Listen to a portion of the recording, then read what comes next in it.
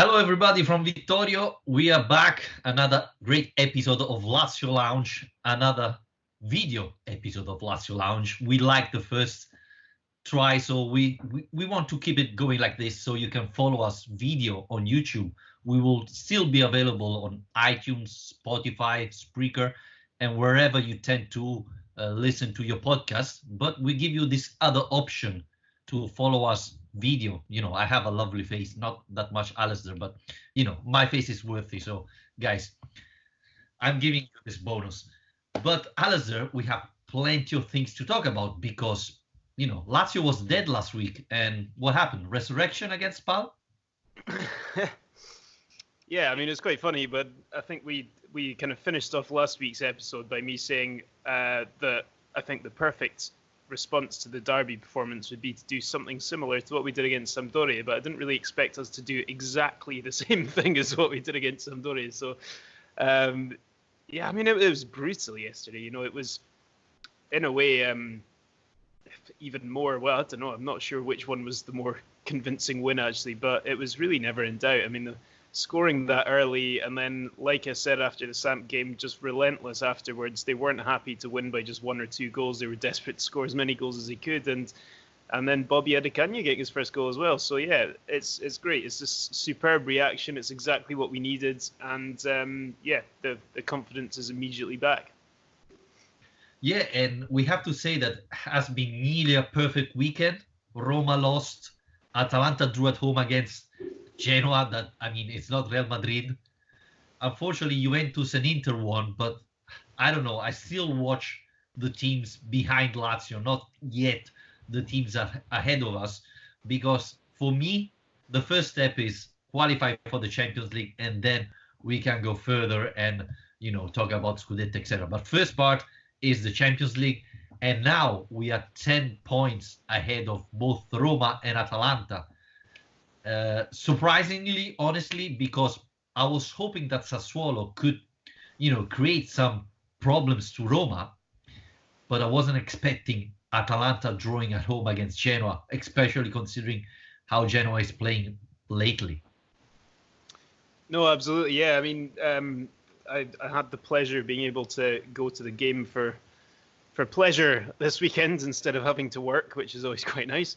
And you have the scores of the other games coming through as the game went on, and it was almost like a storyline within the story of what was happening on the pitch of the Lazio game, because after half an hour of the Lazio game, it was pretty clear what way that was going. So then everyone was keeping tabs on the scores coming through from Genoa, and yeah, I mean, like you say, it kind of thunderstruck me a bit. I really didn't see that coming. I know their home form hasn't been great this season, but Genoa have looked absolutely terrible every time I watch them.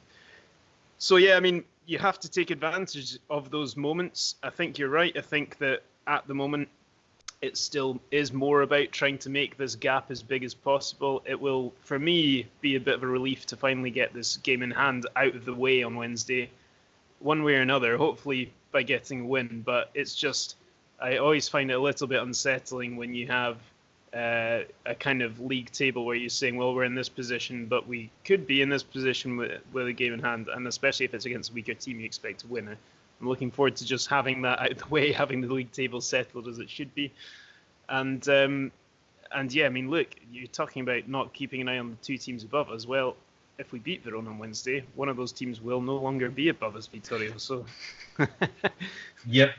But one thing, considering what happened to Atalanta, that drew at home against Genoa, this proved me how, what Lazio's doing this year. It's unbelievable. Last time Lazio lost was in September, 11th straight win, not losing since September against Inter, and we all remember that match. I mean, if Correa took one of those 3 chances he had, we were talking about, last defeat was against Spal. So, it's difficult. It's a long season. Serie A, it's very competitive. Even Spal can create you problems. Let's not forget that Spal beat Atalanta away. So, it's not that Lazio made it look easy, but it's not that easy. And still, last defeat was in September. This must prove everybody the incredible season Lazio had. Yeah, exactly, and you almost get used to it, don't you? If you're in a run like this, it becomes the norm quite quickly, and people find other things to complain about sooner or later. But yeah, this isn't the norm. We're one game away now from matching the all-time unbeaten run, which should be 17 games. So yeah, I mean, we've got to enjoy this. We've got to enjoy this, and like the teams slipping up below us, like you say, Sassuolo beating Roma, Genoa getting a result there. It does go to show that this reminds us how competitive this league is. First question I wanted to raise on this note was from Steven Scarpulla, who said, is it okay to kind of root for Atalanta now to exclude AS Roma from the top four, or should I be rooting against both until we clinch the top four? What do you think?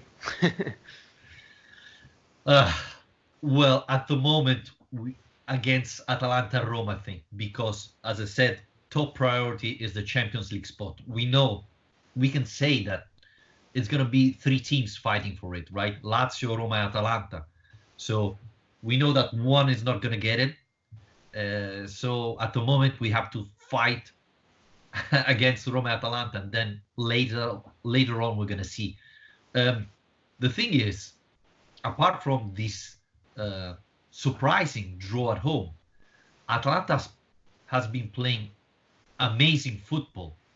So that's what scares me a lot, because in the single day, Atalanta can beat anybody. Let's not forget they drew against Inter at San Siro, and only because Andanovic saved the penalty. You know, they beat 7-0 Torino. So Atalanta is a very dangerous team. I think globally it's more competitive than Roma in a certain way, because they play a better football. I like the idea of Fonseca, but even against Sassuolo, that was very dangerous. I said it after the derby that the tactic of Fonseca was really, really dangerous. He tried it against Sassuolo and it didn't work out. It was a totally disaster. So, you know, they're good teams, but if I can say, I'm a little bit more scared about Atalanta, even though now with the Champions League coming up, we'll have to see if they really lose points for that. Yeah, I wanted to bring up a question from Andrew Pickering, because I think this is actually a question that people, well, they've already been asking me, but every passing week it becomes more valid, I suppose. He says, how close to the top of the table do Lazio have to get before their fans start to talk about being Scudetto challengers? And I was kind of talking about this yesterday a little bit, and I essentially think that the reason we are a bit reticent to commit to that, not only is the fact that it still seems incredibly unlikely when you consider the teams we're up against and how long is left in the season, but also that we've been burned before and not that long ago, when it comes to thinking you've got an achievement in the bag and then messing it up. So I think that's the main reason that, you know, when others look at how Lazio fans are responding to this run and they don't always understand why we're not very comfortable about talking about being in a Scudetto race. But I think for me, that's one of the same reasons, you know, the kind of late season collapse in 17-18 Champions League and the Europa League, still very fresh in the mind. And yeah, we've had some disappointments. I think this team is a totally different prospect from those ones that have come before. And like I've said before, I think the current Lazio team is basically Inzaghi's vision, what he's been working towards for the last 3.5, 4 years, all coming together at once. But I still think squad depth wise and fixtures left, it's still the objective still has to be getting Champions League. Yeah, totally agree with you. You know, the memory is still fresh of what happened in the past, right? Lazio failing to get the Champions League qualification. Let's not forget, with Reia, we were second in December. People were talking about fighting for the Scudetto, and that team arrived fifth and didn't qualify for the Champions League. So, you know, it's not the first time that Lazio was in this position. I agree with you saying that it looks a completely different team. They are more convinced. And at the same time, Alistair, I think this is probably the biggest difference. The other teams are not well organized, because I said before that Atalanta is a great team, but still they don't have a huge roster. Same thing, Roma, right? Against Sassuolo, Paredes came in. He didn't play in the last year. So, and the signing Roma did this winter are very concerning, I would say. There are youngsters that, I would compare them to Adekanye, that is the fourth choice in attack for Lazio. So, and they gave up Florenzi, who wasn't a starter anymore, but he's a quality player, I would say, or a player with experience. So, yes, in my mind, still I cannot think about the Scudetto because my memory of failing the Champions League is still fresh. So probably when it will be automatic that Lazio have qualified for the Champions League, then we're going to talk about the Scudetto, not before. Yeah, I mean, the cut-off date I always kind of gave was March, and the reason for that is that not only are we closer to the end of the season, obviously, but also that's after the European football resumes. And obviously, with all the teams around us being involved in that, particularly Inter being in the Europa League, where they might even have an extra round of games with an extra knockout round to get through in the Europa League, I think that by the time we're through February, you start to get much more of an idea of how things are shaping up. Personally, the way I see this going is that Juve actually pull clear a little bit. I think that Juventus are actually going to win this league more comfortably than anyone's expecting this year. Unfortunately, I mean, I'm so happy to end up in a battle for second with Inter, if I'm honest. But yeah, I think that the next month of fixtures will tell us a lot about how the season's going to end up.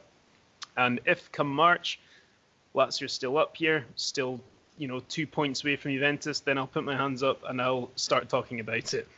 I promise I will. But up until that point, I just can't.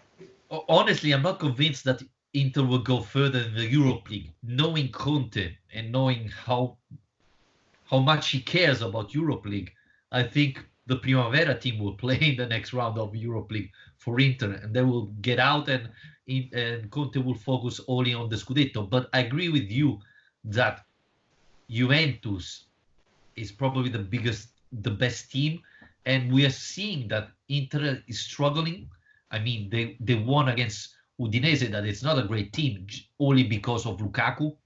So maybe the gap is getting wider. Let's not forget that Sunday there's going to be the Milan derby. But people talk about Leicester. Why Lazio cannot be the Leicester? Because that year in the Premier League, Manchester City have failed. Liverpool wasn't this Liverpool. Chelsea wasn't that good. In Italy, Juventus has Cristiano Ronaldo. Juventus is a team that is considered favorite for the Champions League. Let's not forget about that. I think it's a big difference. Yeah, and actually, the season Leicester won, if I remember correctly, they actually managed to win the title with a points total that was relatively low, actually, in comparison to previous years.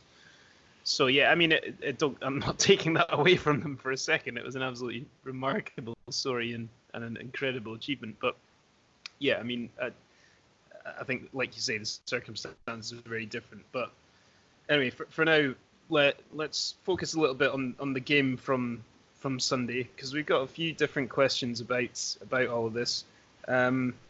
First one I wanted to come to, though, was from David, because it kind of touches on something I already mentioned. But he said, I know we don't have the depth in our squad, but I think the subs are doing it good. Bastos is more reliable now, and Johnny's getting there.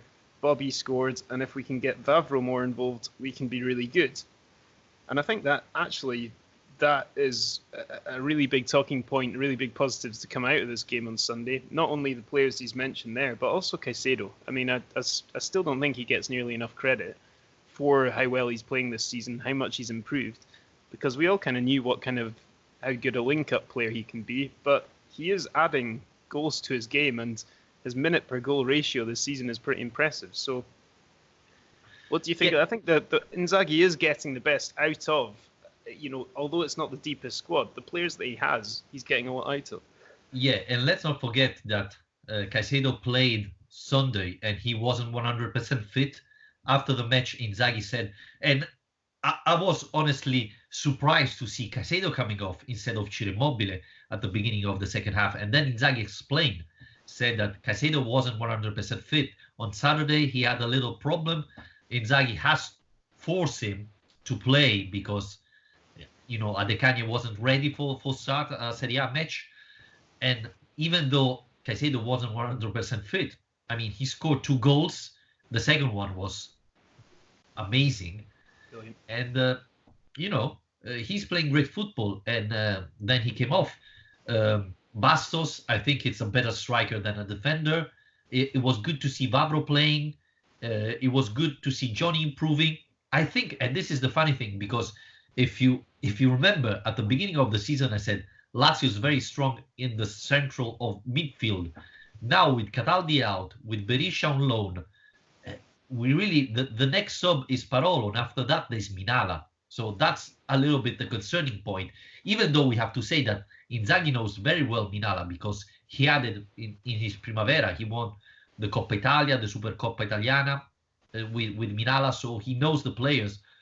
But yeah, I think one of the problems we always tend to do is to underestimate the Lazio players.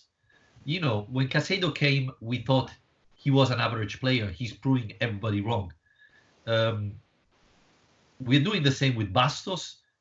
Johnny could be a surprise.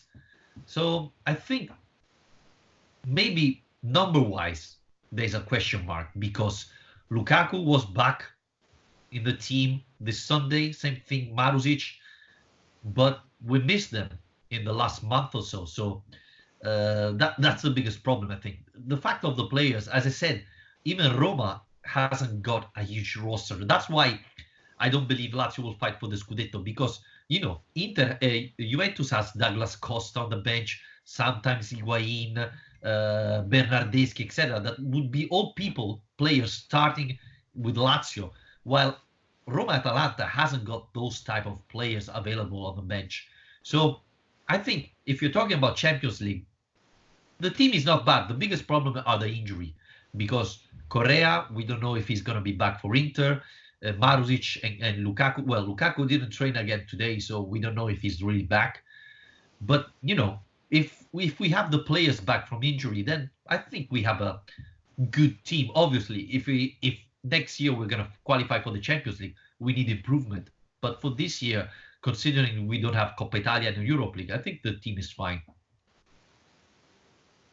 Yeah, I think that, as we've already said before, the concerns would be greater if we still had Europa League campaigns to contend with, we still had Coppa Italia games. But the fact that Serie A is the only focus, and actually once we're through this week, there aren't that many weeks left where you've got a midweek round of Serie A games either. So most of the time we will be getting a full week to prepare for matches, to get players fit, to get everyone in condition. And yeah, I think it is injury dependent, but I think it's a really good point from that question, because what have been limited players are playing at their best, and that is something that, like you mentioned, Vitor, I think happens too often, is that people forget that players are capable of improving, and it is such a ferocious atmosphere to come into, really, as a Lazio player, that if you do make mistakes early on, you can be written off quite quickly. And I think that, my take on it has always been that players deserve a second season, at least, and if in their second season there's still no sign of improvement, then fair enough. But I find it crazy, what's been going on at AC Milan, for example, over the last few years, how quickly they move on from the players they spend massive money on because they just don't allow them to settle. And I think that Inzaghi has always been fairly clear with the which players he believes in. I mean, if you look at the guys like Caicedo and Patrick and Bastos, he's always had faith in these guys, and he's always backed them whenever he's been asked about them. And now we're seeing it, especially with Caicedo. I mean, what a player he is now in comparison to the player who arrived at Lazio. I mean, you said we thought we'd signed an average player when he arrived, but he was an average player in his first season. But the thing is, you can improve, and Inzaghi knew how to get his strengths out of him. I've just done a bit of rudimentary maths here and worked out that he's scored a goal every 85 minutes in Serie A this season, which I don't have the stats to compare it to in the whole league, but that is not bad going at all. So he was originally, I thought last season, a far more effective player than he had been before, but he was still lacking that regularity of scoring. But you can't knock him now. You really can't knock him. I think he's become one of the most underrated strikers in Serie A this season. That's something I never would have thought I would be saying 3 years ago. No, absolutely. I mean, the improvement of these players is the key, right? Because how often did we say that Patrick wasn't a Champions League player level? And he's playing well this year. He has been playing really good football. And, thinking that, oh my, Patrick is not available and we are scared about that tells you a lot about the player. Luis Felipe, let's not forget that we were making jokes about Luis Felipe when Lazio signed him, right? And now he is a great player. So Marusic, I still think he could give a lot to this team. So you can see improvement. Now I'm waiting for Vavro because Lazio never spent that much for a player like that, and he didn't play that much this year. So it was good to see him back against Spal. So maybe he's gonna be the new winter signing, maybe, because he hardly played before. So we're gonna see. Yeah, and he's a good example of what I'm talking about. I think we should be careful about writing him off. And I think it's easier too because we spent so much money on him, to be fair. But he's hardly played. He's been injured. He's working his way into the team. Question though, I mean, this kind of came off the back of what Inzaghi said after the game. That Darren L sent us this one. Inzaghi hinted that Alberto and Sergej Milinkovic-Savic could play as support strikers should there be injuries. How do you see a 3-4-2-1 panning out? I mean, I should say, I think that he was asked that question more in terms of missing out on Giroud and having his options being so thin. And he was talking about being able to push one of those up into the front two. I don't think he was talking so much about changing the shape to a 3-4-2-1. But for the sake of argument, what would you make of that? Well, we know that at the beginning, the first year, Luis Alberto was playing close to Ciro Immobile. We forget, but Luis Alberto was considered an attacker, right? He was a left wing. He came here as a left wing and then play as second striker close to Ciro Immobile, and he had a terrific year. And then Inzaghi decided that he could be the new Biglia of Lazio and prove everybody that he was right. So Luis Alberto can play there. Honestly, I would prefer to see Milinkovic-Savic there and we saw him, especially at the end of some matches, when Lazio was trying to find the goal to win the match. Milinkovic-Savic was playing in the box, trying to, use his body to get the ball. I'm really curious because I still believe, even though Milinkovic-Savic is having a great season, I think he can be more dangerous if he gets closer to the goal, because he's big. He's able to grab every single ball that's in the air. So, he can be very dangerous close to the net. So I think Milinkovic-Savic close to Ciro Immobile, it has to be a different type of football. We are seeing Lazio playing very fast football, very fast and close exchange between the two strikers. Obviously, with Milinkovic-Savic, this have to change. But it's definitely an option. And what Adekanye proved last Sunday, I think he's going to have more playtime in the coming month or so. I actually disagree with you on the Milinkovic-Savic thing. Not so much that he'd be effective there, but I think that you'd actually sacrifice an awful lot by pushing him further up the pitch. Because, I mean, I wrote an article last week about how much Lazio's defence has improved this season, and kind of highlighted the fact that Milinkovic-Savic has actually been really important to that. I think that's a side of his game he's massively improved this season. If you actually look through the numbers, his number of clearances, interceptions, tackles, all of these defensive statistics have gone up since last season. I thought, was really crucial in the Rome derby to keeping the score down there, because he's an extra body in the box who helps defend crosses from wide areas.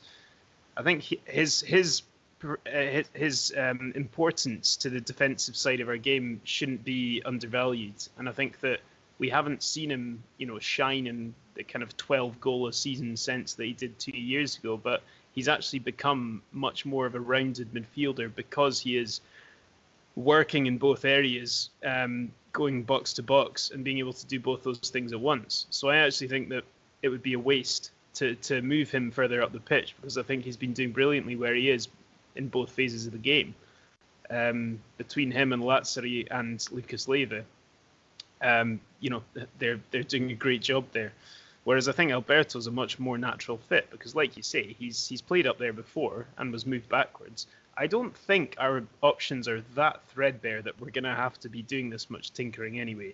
If Inzaghi wants to play the 3-5-2, and let's face it, he's not going to change it anytime soon, then he just needs someone alongside Immobile, essentially. And whether that's Caicedo, Correa, Adekanye or Alberto, we're very unlikely and going to be very unlucky if we're losing any of those players. So that would be my preference, if I'm honest. Well, obviously, we said the weaknesses of this team is that there is not a Vice Immobile. That's why Lazio was trying to sign Giroud. But Lazio has plenty of options of players that can play near Ciro Immobile. Let's not forget Andre Anderson. That is a player that Inzaghi often talk about. He's a trequartista, so probably he can play in that position without moving Luis Alberto and or Milinkovic Savic if Correa and Caicedo eventually are not fit. So I think we have plenty of options there. The biggest problem, and it's without Giroud, we don't have a Vice Immobile. Even though I'm curious because how Inzaghi was talking yesterday after the match, it looked like in his mind he was thinking of playing Giroud and Ciro Immobile together. I'm not sure they would have worked out together, but I wasn't sure about Caicedo Immobile, so maybe Inzaghi had a different plan. Well, should we front up to the Giroud thing then? I mean, what were your thoughts on the whole affair as it unpanned? Because it took me by surprise a little bit when I started reading the reports. I did not believe it for a second, because this is Lazio on January deadline day. You're expecting something to happen. But the fact that the club, so many people inside the club have spoken openly about the fact that it was a deal they're trying to get across the line has been very interesting. They've not kind of shut down the rumours or anything like that. It's been pretty transparent that this was something they were trying to do. So are you encouraged by the fact they were trying to get such a big name player in during January, or are you annoyed that they failed to do so? No, I wasn't annoyed because from the beginning, at the beginning, I thought it was just, the classic rumors with nothing real to it. Then I've been in contact with some of my former friends, journalists, transfer market experts, and they confirmed me about that. They also said that Tavares had absolutely no chance. We are not talking about Giroud. But the problem since the beginning was that Chelsea, that agreed with Lazio to sell him, didn't want to give him away the player without finding a replacement. And we knew Mertens was leaving in January Napoli, so they had to find another player. So that was the problem. Chelsea didn't find a replacement for Giroud, and so that's why I thought it was complicated from the beginning. But I think it's promising because, we remember Alfaro and those type of players coming, Saha, coming in January. This is a huge step in the right direction, I think. And I know that since Giroud switched from being an Inter target to a Lazio target, suddenly everybody realized, oh, he's 33 years old. So he's an old player, When he was linked to Inter, he was a great striker, world champion, etc., etc. 33 is quite young for an Inter signing, to be fair. But, since he was linked to Lazio, this year he didn't play. He's 33 years old. All the bad things come out. I thought it was a great signing because Lazio needed a Vice Immobile, and he has all the skills that Ciro doesn't have, right? He's a striker that lives in the penalty box. He's very good with a header. So, it could be very interesting to have him. My biggest question mark was, would Giroud come to Lazio to be on the bench? Because he's not playing instead of Ciro, right? Yeah, I mean, that was the fundamental doubt I had about the move, was that I didn't think, I mean, not that he's not a quality player, but I just thought it would be upsetting the apple cart way more than I would have expected to bring in a player of his, not only his kind of reputation and level, but his salary, everything. He would be demanding a starting spot if he came in. And considering the way that Caicedo and Correa have been playing this season, I think that would have actually put Inzaghi in quite a delicate position. You know, they always say that's a good position to be in as a coach, to have an embarrassment of riches, an embarrassment of options. But it could have been a bit difficult for him. You know, if we're looking for positives here, I think it's good to see Lazio competing to bring in that kind of profile player during January. I think that's something we haven't really seen an awful lot of before, even if they didn't get there, if they're taking it seriously. But you know, you kind of wonder where this thinking was 2 years ago in the summer. You know, if it takes for this to happen before Leitito is willing to consider bringing someone in for us to be in third place, 2 points off top of the league if we win our next game, then it's a bit of a strange one for me. But I think we saw at the World Cup with France a year and a half ago how well he can, work as a link-up player, as someone who gets the best out of the rest of the team. I mean, he famously didn't score in that World Cup, but played every game and played really well despite not scoring. So I think there is a lot to him as a player, but for me, I'm not too upset, to be honest, that things have stayed the way they are, because I think the way they're going, those three up front, has been really encouraging, and it's really just about fitness now.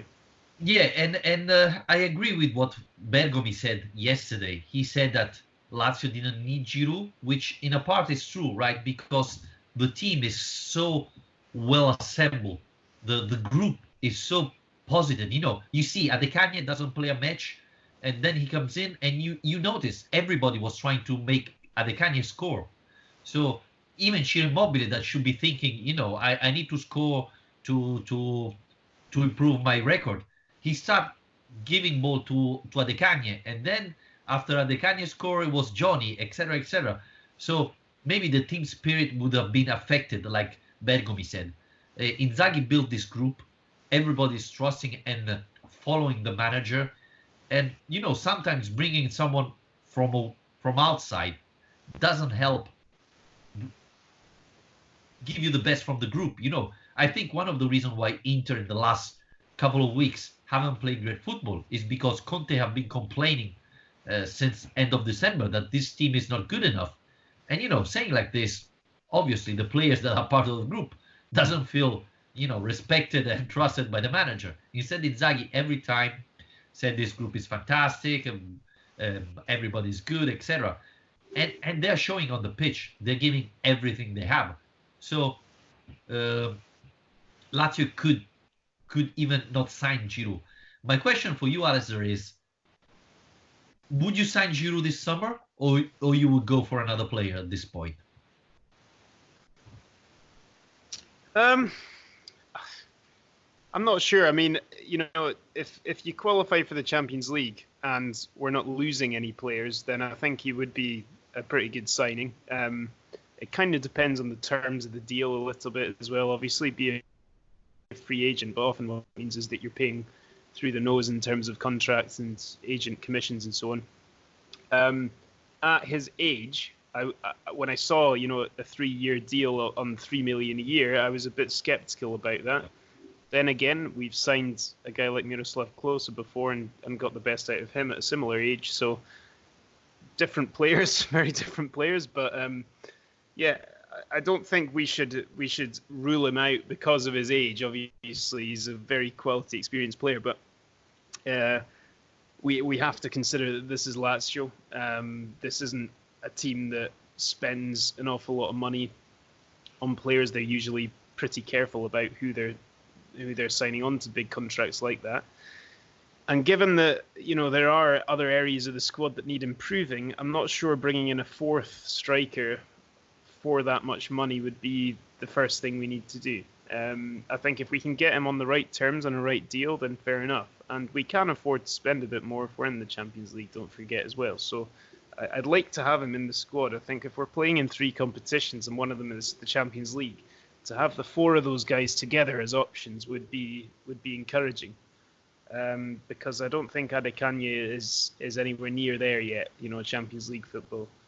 I mean, that's actually one of the other questions we've had from Mike Mee. He said, what do you think about Adekanye as a player? Do you think he can make it at Lazio? Obviously, his first goal for the club, Vittorio, but we haven't really seen that much of him yet, have we? No, he scored his first goal in Serie A after 45 minutes of playing in Serie A, which is quite good, considering the average of minutes played. As we Better all than Caicedo even. So this tells you a lot. Again, I think he's a winger. He would be perfect for a 4-3-3. He's very fast. He's very skilled. I think his lack of confidence in front of the goalkeeper. Even yesterday, he had a big chance at the beginning and wasted shooting in the face of Berisha, who got injured because getting the ball that fast from very close hurts. I can tell you. So. I don't think he's a striker. He had to improve to become a striker. He's a very interesting player. Let's not forget he's 20 years old. He's very fast. He has good skill. Let's not forget that Barcelona, Ajax, Liverpool fight for this player. So there's something there. Again, I believe he's more suited for a 4-3-3, but I'm not saying he's ready now to become a starter, but in a couple of years, he could be a very interesting player. Yeah, I think so too. And don't forget again, he's adjusting. We didn't sign him as a guy who plays in a front two. We signed him as someone who's played on the wing. We also signed him as someone who had next to no experience of any senior football at all, let alone Serie A football. So he is a player that'll need time. I think that the reason everyone's taken him to heart so much, I mean, he's amazingly popular considering how few minutes he's had for Lazio, but there's already a chant from the Curva yesterday of kind of like, who gives a damn about Giroud? We've got Bobby goal, and this is before he'd even scored a goal. So, but yeah, I mean, he's become very popular. I mean, he is great. He's always got a smile on his face. I think everyone loves the attitude that he's arrived with, his positivity, and like you say, he's hardly played, and yet he comes on and has that attitude, that unity of the team, and so on. And I think that's part of the reason everyone was so happy to see him score. And that'll stand him in good stead. The thing I wonder is, where does he go from here with this development? Because, say Lazio do get in the Champions League, I don't think he's there, like I say, yet to be number 4 in line for a Champions League campaign. He's likely to be shunted down the line. But then we've talked before about the loan system. It's always such a gamble, really, what's going to happen. Yeah. On a loan for a player like that. I think you need to be very careful where he goes. So yeah, it's hard to say. It's hard to say what's the best next move for him. I don't think from the minutes he's getting, he's going to explode and become a kind of superstar out of nothing. But he's definitely got talent. Yeah, let's not forget that, as Inzaghi said in a press conference, obviously without Giroud arriving, he will have to rotate these players, and Adekanye will start playing a little bit more, probably, from here on. And the other thing is, there have been a lot of rumors of Adekanye going to Salernitana. Often his agent said he's not going anywhere. Adekanye is too good to go to Salernitana. So, this, I think, tells you that he's not willing to go to Salernitana, or at least his manager doesn't want him to move to Salernitana. So going on loan means that he would only accept a Serie A team, which is not very easy to find. Again, I think he has, from now to the rest of the season, to prove that he's improving, that he's ready to play Serie A football, which I think he is. I think basically him and Vavro have the same problem, right? Adekanye comes from a 4-3-3. He's a winger who has to adapt to a 3-5-2. Very different type of football. Vavro was coming from a 4-man defense, has to adapt to a 3-man defense. Completely different football. They need time to adapt. They need time to adapt to Italian football. So I think they need time, and they will show that they're able to. Saying that Lazio next year will qualify for the Champions League. Well, if you qualify for the Champions League, I think you need 5 strikers to be able to compete. So he can be number 5, right? And Lazio can sign another player that can be the Vice Immobile and give a fourth option there. Just moving on to the next question. Steven Scarpulla again. Has Lazzari's rise as a right wing-back done enough to put him into Euro 2020 contention? He was not involved in the qualifiers at all. I think Lazzari had his best game for Lazio yesterday. He was absolutely brilliant. And he has just got better and better as time's gone on. But I guess, Vittorio, the answer to this question probably lies in the fact that Mancini's playing a 4-3-3, and he's not been getting any game time as the right back in a back four, so that might work against him.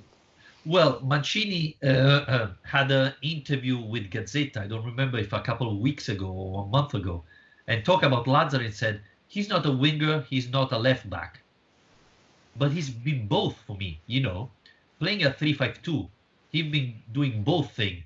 And then the other thing is, okay, Lazzari maybe is not that, but what about Florenzi? I mean, you cannot prefer Florenzi to Lazzari. In the last 3 months, Lazzari has been playing amazing football. The fact that Lazzari has not been called is simply unbelievable from my point of view.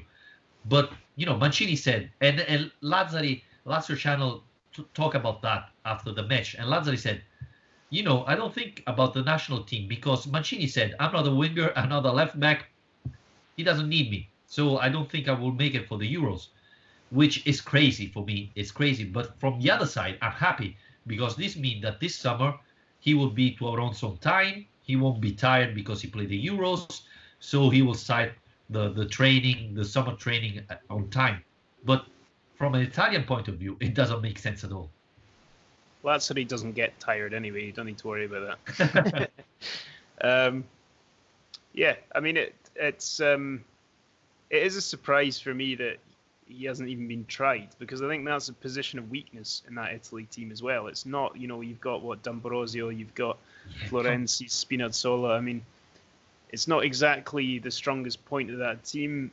I guess maybe the fact that while he was at Spal, he was also playing in, a midfield 5 rather than a back 4 might have put Mancini's that thought in Mancini's mind a bit as well. The idea of him being one thing but not being another thing. But yeah, I mean, like you say, I think he's got all of that to his game. I think the reason he's made such a big impact on this Lazio team is his ability to contribute in both phases, and I think that it's worth at least trying him.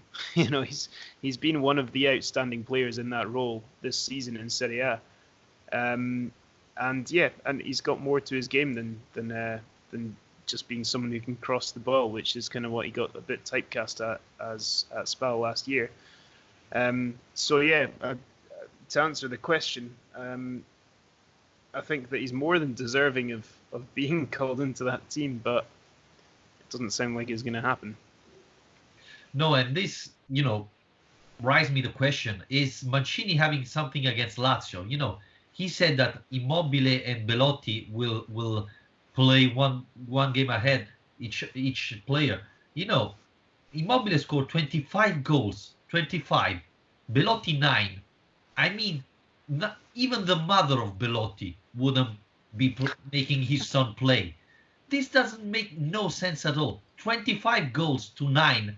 And you're saying, okay, Immobile, you're playing one match, Belotti the other. Seriously, what has Mancini has against Lazio? I mean, Ciro Immobile is scoring even when he's sleeping, and Belotti doesn't score penalties. I mean, this doesn't make sense at all.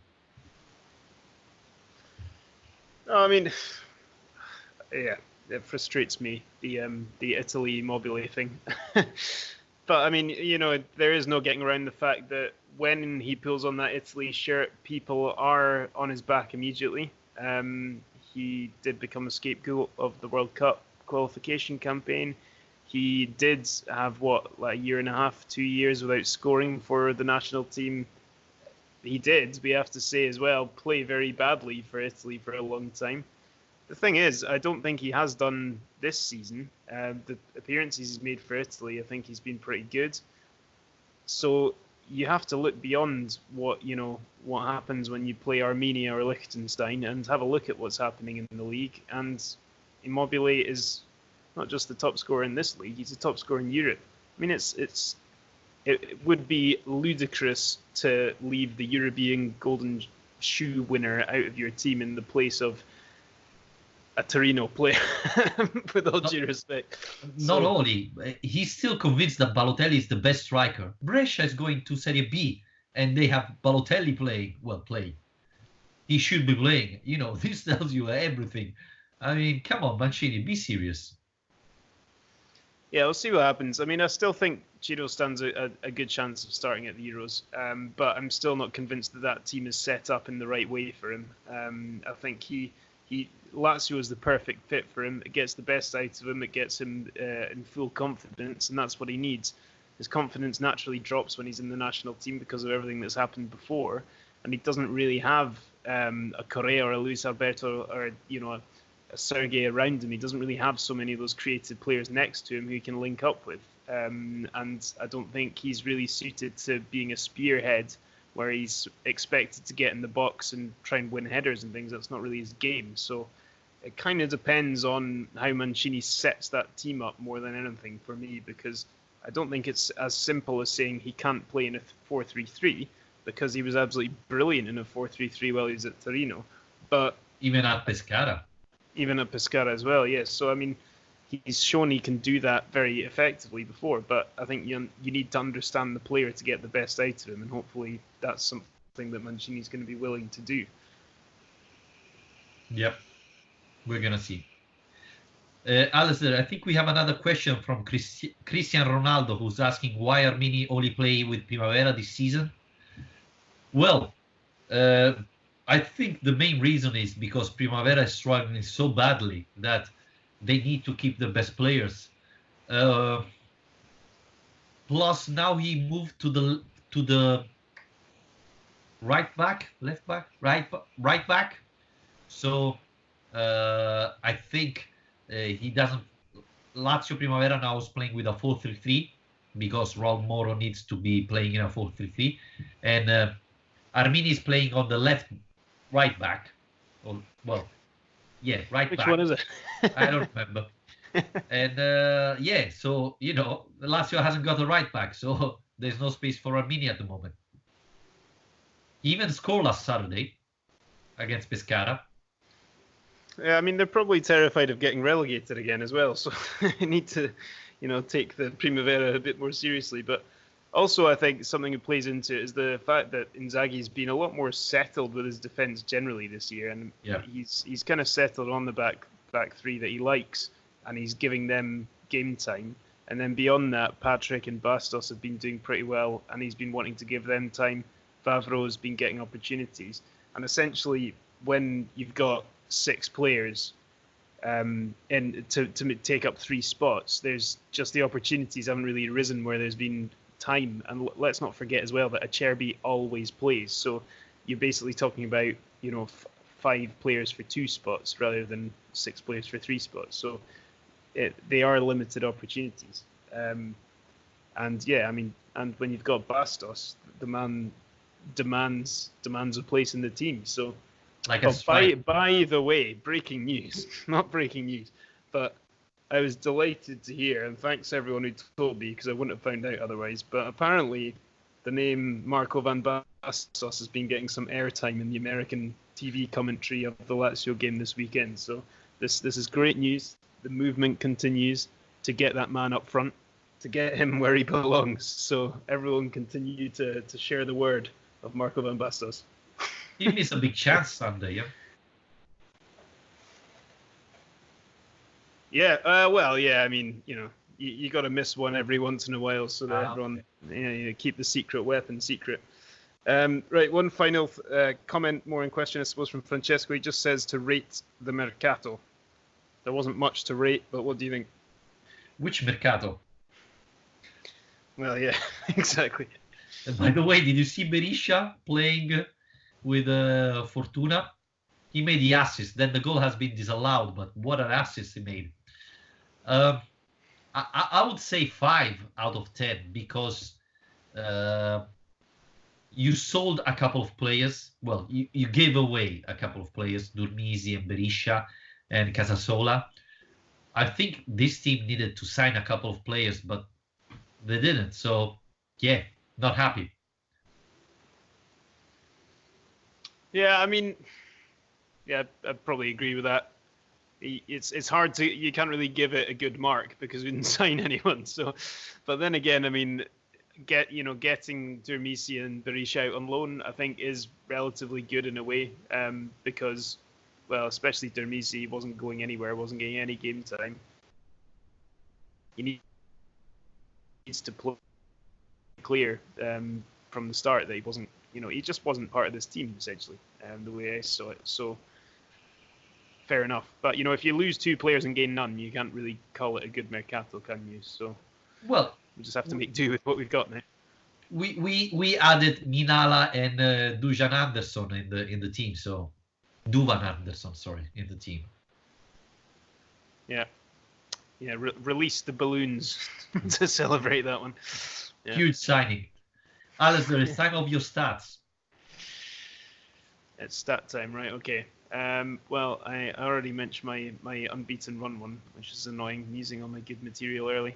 I did see one Lazio page earlier saying Immobile has now he's overtaken Higuain and become the 4th best in the history of Serie A for goals per minute. 129 minutes per goal for Ciro Immobile, which is incredible. I mean, Gunnar Nordal's at the top of that, 116, then Christian Vieri, 126, David Trezeguet, 127, and then Immobile, 129. So, if he scores a few more, he's probably going to overtake Trezeguet and Vieri as well. But still not good enough to start for the national team. Oh, come on. We've already talked about it, Vittorio. And yeah, also Lazio's, we already, I think, had this stat earlier this season with Immobile and Correa being the best attacking duo in Europe. But now it's Immobile and Caicedo, 32 goals between them. Next best in Europe is Lewandowski and Gnabry with 29. So there you go. The Pantalone keeps surprising us all. I like the way you're saying it, Pantalone. It's going to have to do. Yep. I think we can wrap it up here, right? Alistair, you finished with the stats. Yeah, that'll do. I did too many last week, so you're not getting as many this week. Okay, that's cool. Anyway, guys, again, as usual, thanks for listening. And remember, on YouTube, there's the video if you want to see our lovely faces. And remember, as usual, you can find us on Spotify, on Spreaker, on iTunes. And if you want to support the channel, patreon.com/Lazio Lounge. Membership starts at $2 a month. Thank you, Alistair, and good night to everybody. Cheers.